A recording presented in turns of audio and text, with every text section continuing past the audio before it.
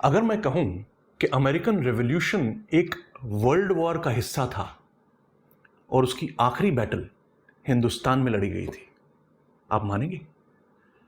अगर हम ये कहें कि इस अमेरिकन रेवोल्यूशन के खत्म होने के बाद हिंदुस्तान की प्रॉपर्टीज का पेरिस में बैठ के बंटवारा हुआ था, क्या आप मानेंगे?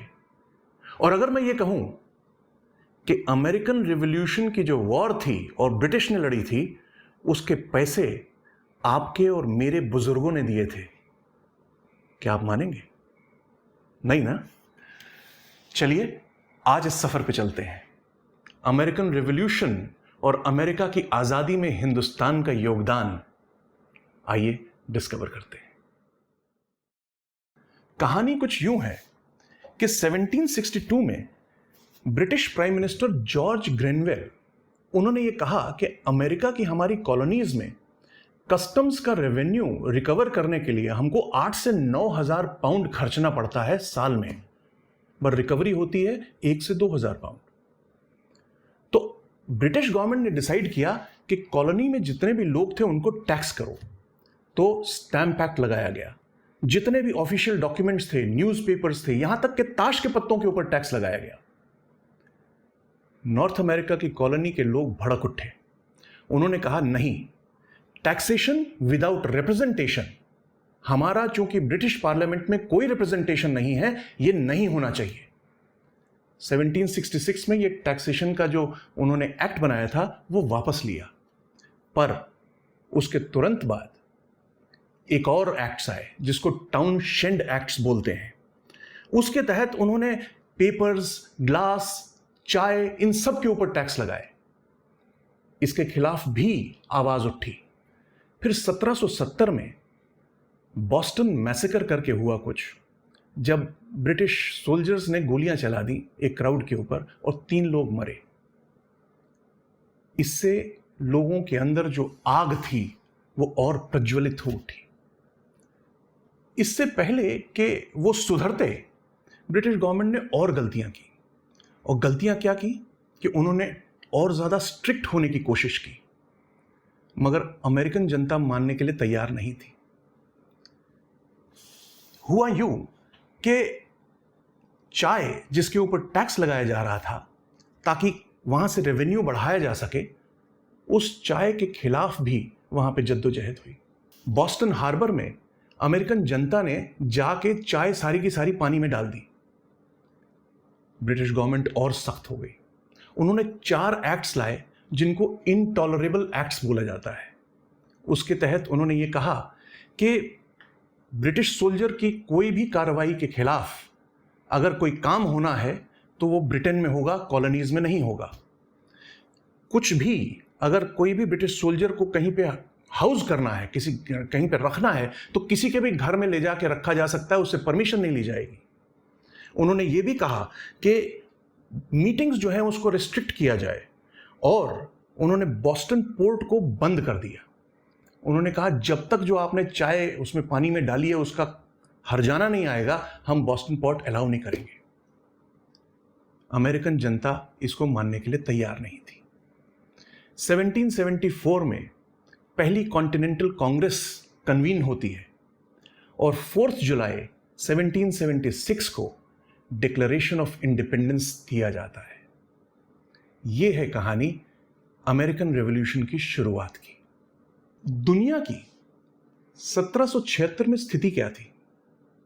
British, French, Spanish, Netherlands, Russia, Ottoman empire Turkey का, प्रशा जिसको आज जर्मनी के नाम से जानते हैं, ये सब सुपर पावर्स थी। इन सब कंट्रीज का दुनिया में अलग अलग जगहों के ऊपर कॉलोनीज थी, और अगर इनमें किसी में भी आपस में लड़ाई होती थी, वो लड़ाई सारी दुनिया में होती थी। ब्रिटिश और फ्रेंच हिंदुस्तान में भी थे, डच भी थे, मगर इतने ज्यादा नहीं थे। और अगर लड़ाई फ्रांस में होती है या इंग्लैंड में होती है या अमेरिका में होती है, हिंदुस्तान में भी ब्रिटिश और फ्रेंच लड़ते हैं। ये कहानी का एक परिदृश्य है, पर्सपेक्टिव है, जिसको हमें समझना है। 1778 में 2 साल के बाद डिक्लेरेशन ऑफ इंडिपेंडेंस के, फ्रांस ने डिसाइड किया कि वो अमेरिका और अमेरिकन्स को सपोर्ट करेगा। ब्रिटिश और फ्रांस के बीच में एक लड़ाई छिड़ गई जो सारी दुनिया में फैल गई। अब हमें यह देखना है कि ये ग्लोबल कॉन्फ्लिक्ट बना कैसे। अमेरिकन्स और फ्रांस का साथ देने के लिए स्पेन और नेदरलैंड्स आए। ब्रिटिश के साथ पोर्चुगल उनके एलाई थे, बट वो शांत थे। इधर रशिया ने एक लीग ऑफ आर्म्ड न्यूट्रलिटी बनाई, जिसमें प्रशा था, जिसमें ऑटोमन एम्पायर था, जिसमें स्वीडन और डेनमार्क थे, और भी बहुत सारे लोग थे, जिन्होंने कहा कि भाई हम इस लड़ाई में नहीं पड़ेंगे, आप हमारी शिपिंग लाइंस को डिस्टर्ब मत कीजिए और हम चुप करके साइड पे देखेंगे इस चीज को। अब चूंकि डच, स्पेनिश, फ्रेंच, इंग्लिश, इन सब का सारी दुनिया में अलग अलग जगहों के ऊपर कॉलोनीज थी, तो अगर एक जगह लड़ते थे तो सब जगह लड़ाई शुरू हो जाती थी। तो इसी पर्सपेक्टिव में ये सोचिए कि 1778 के आसपास ब्रिटिश ने जाके पौंडीचेरी को पकड़ लिया। अब पौंडीचेरी फ्रेंच का था। फिर 1779 में एक और पोर्ट था माहे के नाम का, जो फ्रेंच के पास था इंडियन सब कॉन्टिनेंट में, उसको भी जाके कैप्चर कर लिया। ब्रिटिश ने यह डिसाइड किया था कि फ्रेंच को हम हिंदुस्तान से खदेड़ देंगे, मगर प्रॉब्लम यह हुई कि माहे पोर्ट से फ्रेंच हैदर अली, जो मैसूर के सुल्तान थे, उनको सप्लाईज भेजा करते थे। वो सप्लाईज चूंकि डिसरप्ट हुई तो हैदर अली ने डिसाइड किया कि मैं ब्रिटिश को सबक सिखाऊंगा, और 1780 में उन्होंने मद्रास की तरफ कूच कर दिया। सितंबर 1780 में बैटल ऑफ पोलिलुर हुई, जिसमें अंग्रेजों को जबरदस्त शिकस्त मिली। अब ये सोचिए कि ये खबर अमेरिका पहुंचती है 23 अगस्त 1781 को, ऑलमोस्ट एक साल के बाद, और 19 अक्टूबर 1781 को जॉर्ज वॉशिंगटन यॉर्कटाउन की लड़ाई में जीत जाते हैं, जो आखिरी बैटल थी अमेरिकन सॉइल के ऊपर अमेरिकन रेवोल्यूशन की। बच्चा बच्चा, इंसान, मर्द, औरत, सब के अंदर इलेक्ट्रिसिटी की एक लहर दौड़ गई। उनको यह लगा कि हिंदुस्तान में हमारा एक साथी है जो ब्रिटिश के खिलाफ लड़ रहा है, हैदर अली। और हैदर अली वहां पे एक एक बच्चे की जबान पे आ गया। हुआ यूं कि पेंसिल्वेनिया ने 1782 के आसपास एक बोट जिसपे 16 6 पाउंडर गन्स थी कमीशन की, और उसका नाम रखा हैदर अली। डेलावेयर बे में 1782 में एक बैटल हुई है, जिसमें हैदर अली बोट ने अपने से दोगुने साइज की बोट जनरल मॉन्क उसको हराया था। और ये एक बड़ी इंस्पिरेशनल स्टोरी थी अमेरिकन्स के लिए। लोगों ने इसके ऊपर पोएम्स लिखी, यहां तक कि अमेरिकन जियोग्राफी की जो फेमस किताब थी उस टाइम की, उसमें भी मैसूर के ऊपर एक चैप्टर बन गया। बेंजामिन फ्रैंकलिन, जॉन एडम्स जो सेकंड प्रेसिडेंट थे, जेम्स मैडिसन जो फोर्थ प्रेसिडेंट थे, जॉन क्विंसी एडम्स जब 13 साल के थे, उन्होंने अपनी मां को एक लेटर लिखी जिसमें हैदर अली के एक्सप्लॉइट्स के बारे में लिखा था। जॉन क्विंसी एडम्स भी बाद में जाके प्रेसिडेंट बने थे। थॉमस जेफरसन फॉलो करते थे। यहां तक कि एक स्टेज के ऊपर अमेरिकन ने डिसाइड किया था कि हम मैसूर में अपनी फौजें भेजेंगे, मगर चूंकि उनके पास रिसोर्सेज नहीं थे तो उन्होंने डिसाइड किया कि यहीं पे हम ब्रिटिश के साथ लड़ाई करके मैसूर का साथ देने की कोशिश करेंगे। यह थी हैदर अली की जबरदस्त पहुंच अमेरिका में। अब वापस चलते हैं अमेरिका। लड़ाई तो चल रही थी, बट फ्रांस मई 1780 तक पहुंचते पहुंचते बैंकरप्ट हो चुका था। फ्रांस ने अमेरिकन वॉर के ऊपर 1.73 बिलियन फ्रेंच पाउंड, जिसको लीवरे बोलते हैं, खर्चे थे, और ब्रिटिश ने कोई 2.27 बिलियन लीवरे खर्चे थे। बट ब्रिटिश जो थे उनकी फाइनेंशियल स्ट्रेंथ जरा बेहतर थी, तो इसलिए वो उसको पचा पाए। बट फ्रांस ने पीस टॉक्स के लिए रिक्वेस्ट की। पीस टॉक्स शुरू हुई, बट इसके बारे में ज्यादा दुनिया में सब जगह पता नहीं था, इसलिए लड़ाई चलती रही। अब ये आप देखिए कि 1782 में ब्रिटिश का एक पोर्ट था कड्डलौर करके, जो आज की डेट में तमिलनाडु में है, उसको जाके फ्रेंच ने कैप्चर कर लिया। मैसूर की आर्मी भी उनके साथ थी।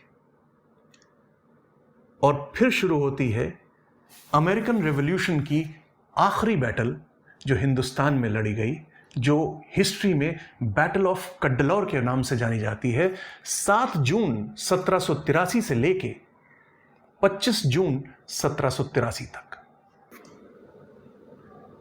इस लड़ाई की कहानी कुछ ऐसे है कि जमीन पे general James Stuart English forces को लीड कर रहे थे, और पानी में सर एडवर्ड ह्यूज के अगुवाई में कोई 18 नेवल बैटलशिप्स खड़ी हुई थी। ये कोई 20% था रॉयल नेवी का, 50% रॉयल नेवी का रिटेन था घर को बचाने के लिए, इंग्लैंड को बचाने के लिए, और 30% पूरी दुनिया में फैला था, 20% इंडिया में था। इतना इंपॉर्टेंट था इंडिया अंग्रेजों के लिए। कोई 5 दिन तो सिर्फ लोगों के लिए और आर्म्स और एम्यूनिशन को लाने में ही लग गए। 13 जून को जबरदस्त हैंड टू हैंड कॉम्बैट होती है, जिसमें 1000 आदमी दोनों साइड से मारा जाता है। 16 जून को एडमिरल सफरिन की अगुवाई में फ्रेंच नेवल बैटलशिप्स कोई 15 के करीब पानी में आके खड़ी हो जाती हैं अंग्रेजों के सामने। 20 जून 1783 को आफ्टरनून में जबरदस्त नेवल बैटल होती है कोई 3 घंटे के लिए, जिसमें अंग्रेज विड्रॉ कर जाते हैं क्योंकि उनके पास पानी खत्म हो गया था और there was an outbreak of scurvy. इस चीज से यह माना जाता है कि फ्रेंच जीत गए थे। एडमिरल सफरेन अपने लोगों को जमीन पे उतारते हैं ताकि जो फोर्ट में मैसूरियंस हैं और फ्रेंच हैं उनकी मदद हो सके, और 25 जून को जबरदस्त लड़ाई होती है। बट इस लड़ाई में फ्रेंच हार जाते हैं क्योंकि उनका एक टॉप लीडिंग ऑफिसर कैप्चर हो जाता है, और साथ में एक सार्जेंट कैप्चर होता है जिसका नाम था जॉन बर्नाडोट। आपको जान के अचंभा होगा कि यही जॉन बर्नाडोट बाद में नेपोलियन की आर्मी में एक टॉप रैंकिंग ऑफिसर बनता है, मार्शल, और उसके बाद 1810 में किंग ऑफ स्वीडन बनता है। पर वो कहानी फिर कभी। हुआ यूं कि कोई नवंबर 1782 में एक प्रिलिमिनरी ट्रीटी बन गई थी, जिसमें फ्रांस और बाकी जितने अंग्रेज और बाकी जितने लोग थे उन्होंने डिसाइड किया कि भाई अब हम लड़ाई खत्म करेंगे। ये प्रिलिमिनरी ट्रीटी की न्यूज़ इंडिया तक पहुंची नहीं थी। 27 जून 1783 को एडवर्ड ह्यूज एक शिप भेजते हैं कड्डलौर की तरफ, जिसके ऊपर एक वाइट फ्लैग होता है, और वो बताते हैं कि भाई एक प्रिलिमिनरी ट्रीटी बन चुकी है, हॉस्टिलिटीज़ ख़त्म हो गई हैं, तो हमको अब लड़ाई नहीं करनी है। और उस तरह से बैटल ऑफ कड्डलौर फाइनली ख़त्म हो जाती है। इस पूरी प्रक्रिया का एक पहलू ये भी है कि अंग्रेज़ों ने ये नोटिस किया कि इंडस्ट्रियल रिवॉल्यूशन और एग्रीकल्चरल रिवॉल्यूशन के अर्ली साइंस इंग्लैंड में थे, मार्केट इंग्लैंड में था, सोर्सिंग इंडिया से हो सकती थी, रिसोर्सेज थे, ट्रेड के सारे साधन थे, और इंडियंस को अगर वो टैक्स करते थे, उनके ऊपर टैक्स लगाते थे, तो इंडियंस कुछ बोलते नहीं थे। अमेरिका में जब टैक्स लगाए गए तो उन्होंने ये कहा कि taxation without representation should not be allowed. Hindustani ऐसा नहीं बोलते थे। तो उन्होंने ये कहा कि भाई इंडिया जो है हमारे लिए ज़्यादा रेलेवेंट है एज कंपेयर टू अमेरिका। यहाँ तक कि ईस्ट इंडिया कंपनी की जो सुप्रीम काउंसिल थी फोर्ट विलियम में कलकत्ता में, उसने भी इंग्लैंड में लिख के भेजा कि इंडिया पे फोकस करो, ये इंडिया से आप सारे खर्चे वो आप यहाँ से निकाल सकते हो। और फिर ये भी था कि अंग्रेज़ों को 10,000 सैनिक नॉर्थ अमेरिका में खड़े रखने पड़ते थे। उन 10,000 सैनिकों की सैलरी कौन देता? टैक्सेस इतने ज़्यादा थे नहीं, रिकवरीज इतनी थी नहीं। तो अंग्रेज़ों को लगा कि हमारे लिए नॉर्थ अमेरिका को जाने देना ज़्यादा आसान होगा, और अगर हम इंडिया को पकड़ के रखते हैं और इंडिया पे फोकस करते हैं तो वहाँ से हमको ज़्यादा बेनिफिट मिल सकता है, financial, trade, resources, every which way. तो ऐसे परिदृश्य में, ऐसे पर्सपेक्टिव में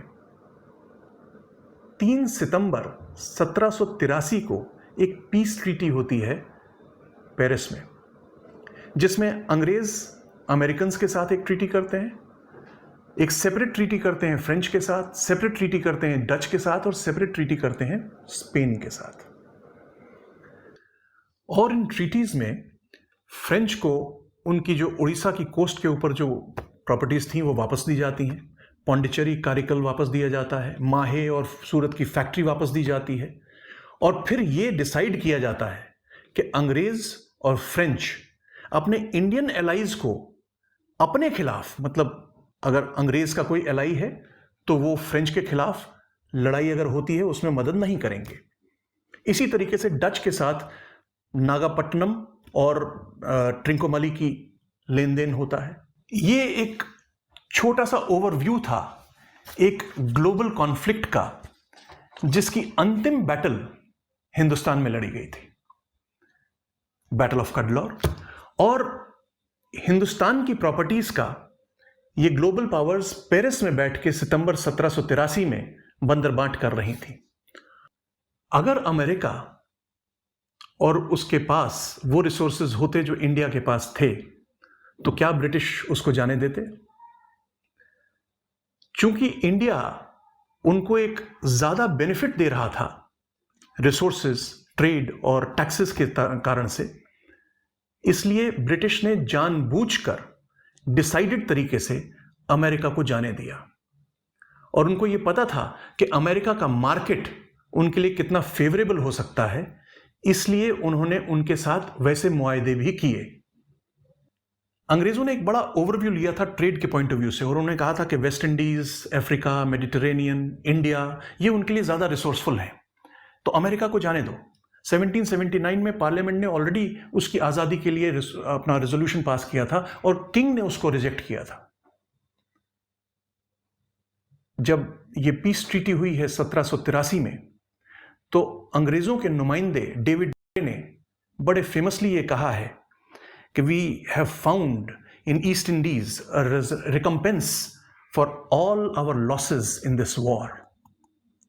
उस सारी वॉर, अमेरिकन रेवोल्यूशन की वॉर का खर्चा आपके और मेरे बुजुर्गों ने 164 साल जो आने वाले थे उसमें दिया है।